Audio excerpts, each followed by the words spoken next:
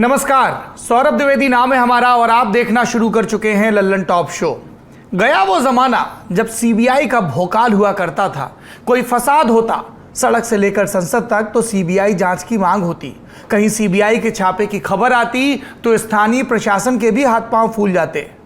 पर अब किसका जमाना है? अब जमाना ईडी का है, प्रवर्तन निदेशालय, एनफोर्समेंट डायरेक्टरेट। वक्त वित्तीय अनियमितताओं और आर्थिक अपराधों की जांच करने वाली एक केंद्रीय एजेंसी का है जो अखबार के 13वें पन्ने से पहले पन्ने पर पहुंच चुकी है। आज बड़े से बड़ा नेता ईडी के छापे से डरता है। भारत की सबसे बड़ी अदालत में ईडी के अधिकारों की समीक्षा के लिए कुछ याचिकाएं लगी थी जिन पर महत्वपूर्ण फैसला आया है। आज इस फैसले के बहाने ईडी के इतिहास और वर्तमान पर बात करेंगे बड़ी खबर में। लेकिन शो में सबसे पहले दिन का वीडियो।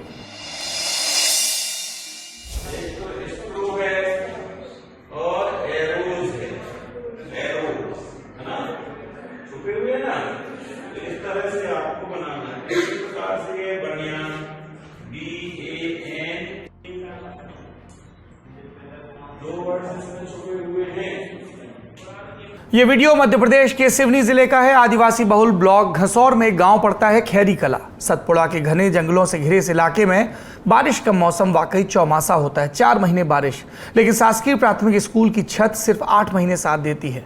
बारिश के मौसम में टपकने लगती है। अब बच्चे 4 महीने तो पढ़ाई से दूर रह नहीं सकते, इसलिए छाते में पढ़ाई करते हैं। हम सलाम ठोकते हैं मास्टर साहब को जो ऐसी हालत में भी पढ़ा रहे हैं और उन छात्रों को भी जो इस तरह पढ़ रहे हैं।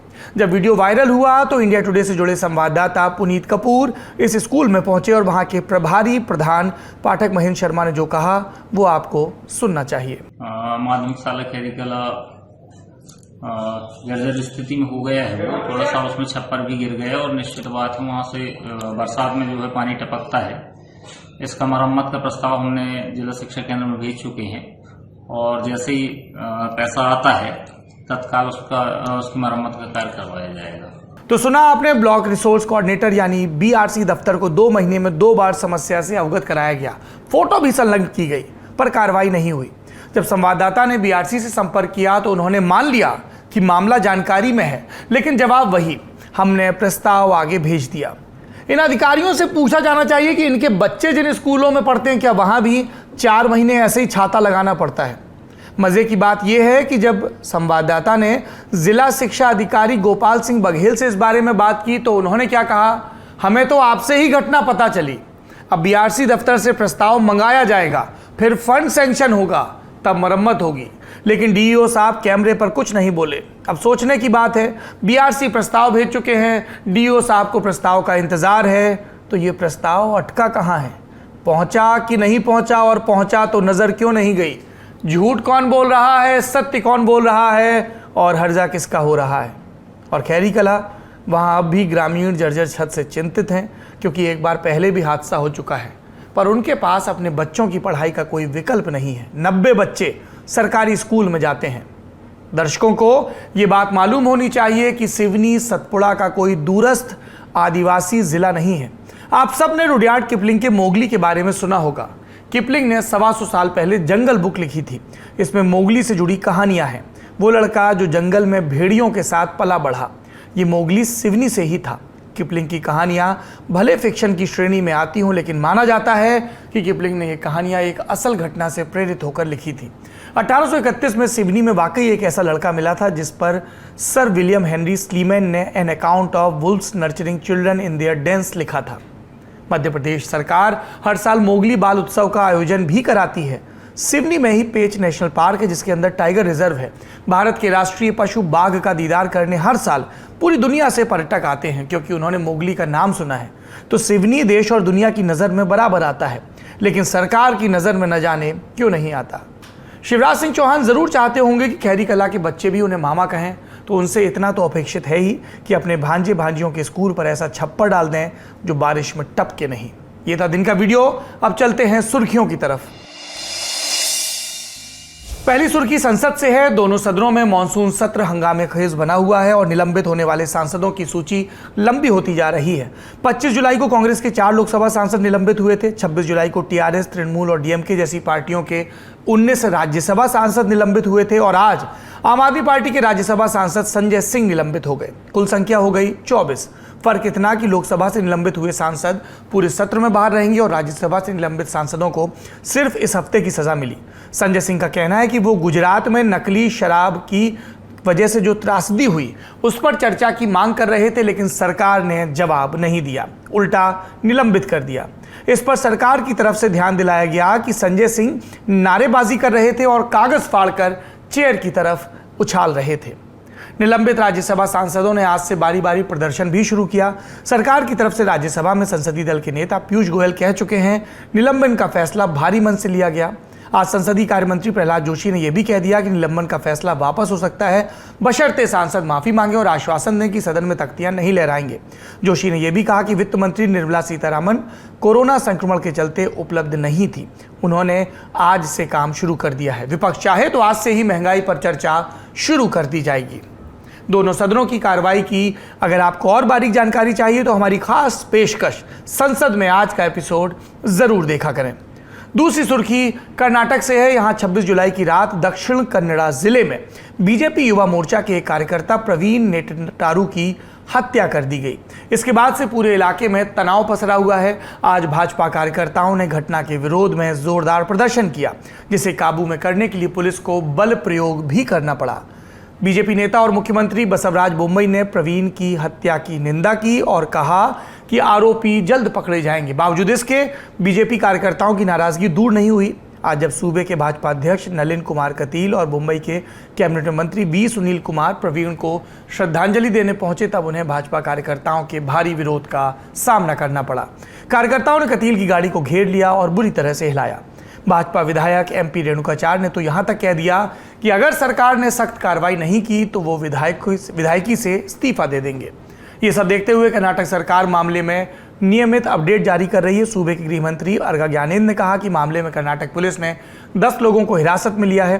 पुलिस की एक टीम केरल भी रवाना की गई है, क्योंकि हमलावर जिस बाइक पर देखे गए थे वो केरल में पंजीकृत बताई गई।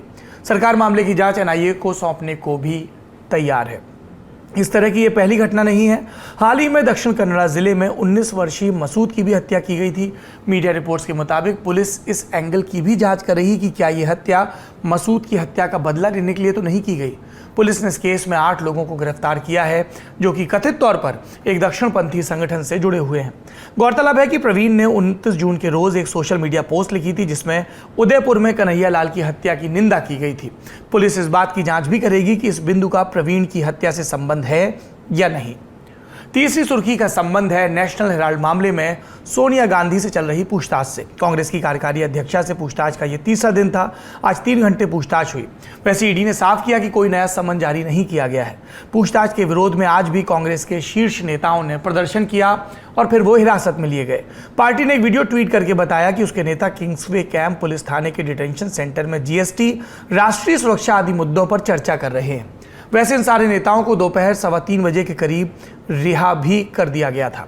कांग्रेस नेता आनंद शर्मा ने एक प्रेस कॉन्फ्रेंस कर कहा कि कानून का मकसद किसी को निशाने पर लेने के लिए नहीं होना चाहिए। भाजपा अध्यक्ष जेपी नड्डा ने इन प्रदर्शनों पर सवाल उठाते हुए कहा कि ये सत्याग्रह नहीं, सत्य छिपाने की कोशिश है। अगली सुर्खी, इसका संबंध है भारत संचार निगम लिमिटेड यानी बीएसएनएल से। इस कंपनी के दिन अच्छे नहीं चल रहे। एक जमाने में बीएसएनएल की सिम के लिए सिफारिश लगती थी, अब कोई लेना नहीं चाहता।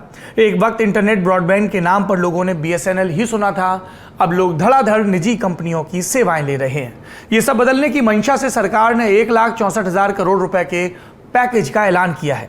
सूचना प्रौद्योगिकी मंत्री अश्विनी वैष्णव ने बताया कि इस पैसे से सेवाओं में सुधार किया जाएगा, घाटे को कम किया जाएगा और ऑप्टिकल फाइबर नेटवर्क को मजबूत किया जाएगा। पैसे के प्रबंध के लिए सरकार बॉन्ड जारी करने जा रही है। बीएसएनएल अब 4G सेवाएं भी शुरू करेगा। फिलहाल कंपनी 5G सेवाओं की रेस में नहीं है। आखिरी सुर्खी पश्चिम बंगाल से आए एक बयान से बनी है। अभिनेता और भाजपा नेता मिथुन चक्रवर्ती ने कह दिया है कि कम से कम 38 तृणमूल विधायक उनके संपर्क में हैं और सूबे में कभी भी महाराष्ट्र जैसी स्थिति उत्पन्न हो सकती है। इसके जवाब में तृणमूल की तरफ से तंज किया गया कि चक्रवर्ती अभी अस्पताल से निकले हैं, ऐसे में लगता है कि उनकी तबीयत पूरी तरह ठीक नहीं हुई। इन सबसे इतर तृणमूल उस मोर्चे पर तो घिरी है जिसके चलते ममता बनर्जी के कैबिनेट मंत्री को गिरफ्तार किया गया। एसएससी स्कैम, ये थी सुर्खियां। अब चलते हैं बड़ी खबर की तरफ। 1956 का साल था। देश में पंडित नेहरू की सरकार। जरूरत थी विदेशों में चल रहे एक्सचेंज में जो लोग लेन देन कर रहे थे उनकी जांच की जाए। सवाल थे कि क्या जो लेन देन हो रहे हैं सही दिशा में है, क्या कुछ गड़बड़ियां की जा रही थी। इस जांच के लिए जो जरूरी कानून था वो देश की आज़ादी के समय से ही मौजूद था। कानून का नाम फेरा यानी फॉरेन एक्सचेंज रेगुलेशन एक्ट 1947। ऐसे में आर्थिक मामलों के विभाग ने एक यूनिट के प्रस्ताव पर काम शुरू किया। इस प्रस्ताव का नाम था एनफोर्समेंट यूनिट। एक साल बीता, 1957 आया। इस यूनिट की शुरुआत हो गई। ऑफिस दिल्ली में, करता धरता बस एक लीगल सर्विस ऑफिसर जो इस यूनिट का डायरेक्टर था। फिर लाया गया आरबीआई से एक अधिकारी को जो उस डायरेक्टर का असिस्टेंट बना। फिर आए 3 इंस्पेक्टर रैंक के पुलिस अफसर और फिर उन 3 शहरों में भी ब्रांच खुली जहां मार्केट का कारोबार होता था। मतलब बॉम्बे, मद्रास और कलकत्ता, तीनों जगह स्टॉक एक्सचेंज हुआ करते थे। नाम बदल गया, यूनिट की जगह लिखा गया डायरेक्टोरेट यानी एनफोर्समेंट डायरेक्टोरेट, शॉर्ट में कहें तो ईडी। गाड़ी यहीं से चल निकली। कई कालखंडों से गुजरती हुई आज देश की सबसे ताकतवर संस्थाओं में से एक हो चुकी है ईडी। तो पहले प्रधानमंत्री जवाहरलाल नेहरू के कार्यकाल में तैयार हुई एक संस्था आज उन्हीं के परिवार के लिए जी का जंजाल बन गई है क्या? आज नेशनल हेराल्ड मामले में कांग्रेस की अध्यक्ष सोनिया गांधी से तीसरी बार ईडी ने पूछताछ की। ये 3 घंटे चली। सोनिया गांधी से पहले 2 बार 8 घंटे से अधिक समय तक पूछताछ की जा चुकी है। ईडी की एडिशनल डायरेक्टर मोनिका शर्मा की अगुवाई में अधिकारियों की टीम ने सोनिया गांधी से पूछताछ की थी, जिसमें उनसे 65 से 70 सवाल पूछे गए। माना जा रहा है कि एजेंसी ने बुधवार को उनसे 30-40 सवाल और पूछे, यानी कुल मिलाकर 11 घंटे पूछताछ। सोनिया गांधी के लिए राहत की बात यह रही कि उन्हें अगला कोई समन पूछताछ के लिए नहीं दिया गया। इसी मामले में राहुल गांधी से भी घंटों पूछताछ चल चुकी है। सोनिया गांधी से हेराल्ड अखबार के कामकाज, संचालन, विभिन्न पदाधिकारियों की भूमिका और हेराल्ड व यंग इंडियन में उनकी और राहुल गांधी की भूमिकाओं के बारे में सवाल किए गए। अब ये नेशनल हेराल्ड का पूरा मामला क्या है, इस पर एक लल्लन टॉप शो हमने बीते दिनों किया था। उसका लिंक भी आपको डिस्क्रिप्शन में मिल जाएगा। मोटा माटी ये जान लीजिए कि कांग्रेस की तरफ से चलने वाले अखबार नेशनल हेराल्ड को दी जाने वाली वित्तीय मदद से जुड़ा और गड़बड़ी से जुड़ा मामला है। अब आगे की बात, चाहे राहुल गांधी से पूछताछ हो या फिर सोनिया गांधी से, कांग्रेस पार्टी के बाकी बड़े नेता सड़कों पर प्रदर्शन के जरिए सक्रिय दिख रहे हैं। कांग्रेस ने कहा सत्ता का दुरुपयोग है।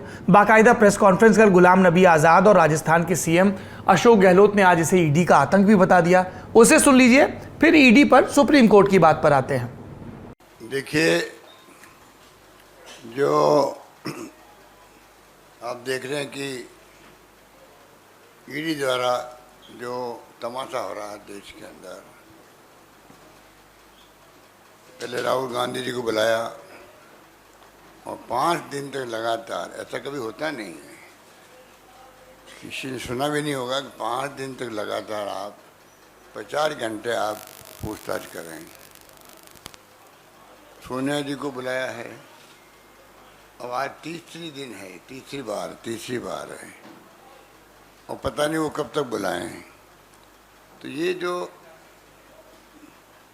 ईडी का आतंक है देश के अंदर, ये आतंक मचा रखा है, इसका फैसला जल्दी होना चाहिए। कांग्रेस की प्रेस कॉन्फ्रेंस के जवाब में बीजेपी की भी प्रतिक्रिया आई, उसे भी सुनिए। तर्कों के खजाने को कुतर्कों के बहाने आप छिपाने की कोशिश करेंगे तो ये ठीक नहीं है।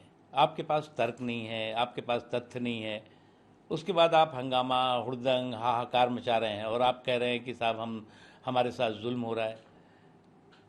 आप लोगों को जो भी संस्था, जो भी एजेंसी बातचीत कर रही है उससे बात करिए, उसको बताइए।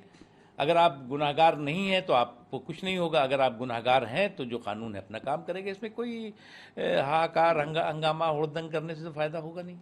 राजनीतिक आरोप प्रत्यारोप से इतर ईडी को लेकर एक बहस सुप्रीम कोर्ट में चल रही थी। ईडी की शक्तियों को लेकर लंबे समय से ये बात हो रही है, जिसमें सबसे ज्यादा विवाद prevention of money laundering act यानी पीएमएलए को लेकर था, जो ईडी को संपत्ति जब्त करने, गिरफ्तार करने, छापा मारने और कुर्की करने जैसे ताकतवर अधिकार देता है। अब जरा इस कानून के इतिहास और अस्तित्व को समझ लीजिए, फिर कोर्ट की प्रोसीडिंग और फैसले पर आते हैं। 1960 का साल था। ईडी का प्रशासनिक नियंत्रण तब तक वित्त मंत्रालय के पास था। इसे बदलकर नियंत्रण राजस्व मंत्रालय यानी रेवेन्यू डिपार्टमेंट को दिया गया, जिसकी मौजूदा मंत्री निर्मला सीतारामन है। समय के साथ ईडी में परिवर्तन हुए। अब तक ED foreign exchange regulation act यानी फेरा 1947 के तहत काम करता था। इसकी जगह फेरा 1973 ने ली। साल 1973 से साल 1977 तक ईडी पर department of personal and administrative reforms का प्रशासनिक नियंत्रण भी रहा। सब कुछ धीमे धीमे कुछ वर्षों तक चला, जब तक नहीं आया साल 1999। इस साल फेरा 1973 की जगह नया कानून आया, जिसे फॉरेन एक्सचेंज मैनेजमेंट एक्ट यानी फेमा के नाम से जाना गया। 1 जून सन 2000 से यह प्रभाव में आया, जो कि एक सिविल लॉ था जिसने ईडी को और ताकत दे दी। फिर आता है साल 2002। केंद्र में अटल बिहारी वाजपेयी की सरकार। पीएमएलए अधिनियम संसद में पेश किया गया। 2004 में सरकार बदली, यूपीए का पहला शासनकाल आया। तब वित्त मंत्री थे पी चिदम्बरम। साल 2005 में यूपीए सरकार ने अटल सरकार के समय बने कानून को 1 जुलाई से लागू कर दिया। इसके बाद जब विदेशों में शरण लेने वाले आर्थिक मामलों के अपराधियों की संख्या बढ़ी, तो साल 2018 में सरकार ने भगोड़ा आर्थिक अपराधी अधिनियम यानी FEOA पास कर दिया और ये जिम्मेदारी भी ईडी के पास आ गई। ईडी के पास अब तक काफ़ी ताकत आ चुकी थी। ईडी आज की तारीख में खास तौर पर फेमा और पीएमएलए कानूनों के तहत काम करता है। फेमा एक सिविल लॉ है। इस कानून को क्वासी जुडिशियल पावर्स यानी अर्ध न्यायिक शक्तियां होती हैं, जो इस कानून को एक्सचेंज कंट्रोल कानूनों के उल्लंघन के मामलों की जांच करने और दोषियों पर पेनल्टी लगाने में सक्षम बनाती है। जबकि पीएमएलए एक क्रिमिनल लॉ है, जिसके तहत अधिकारियों को मनी लॉन्ड्रिंग के आरोपियों की संपत्तियों की जांच करने, उनसे पूछताछ करने, दोषी पाए जाने पर संपत्ति जब्त करने और अपराधियों को गिरफ्तार करने के अधिकार मिले हुए हैं। पीएमएलए के सेक्शन 4 के तहत दंडनीय अपराधों के मामले स्पेशल कोर्ट्स में सुने जाते हैं। केंद्र सरकार ने 1 से ज़्यादा ऐसी कोर्ट बनाई हैं जिसे पीएमएलए कोर्ट कहा जाता है। खास बात यह है कि पीएमएलए कोर्ट के किसी ऑर्डर के खिलाफ उस न्यायिक क्षेत्र के हाईकोर्ट में ही अपील की जा सकती है।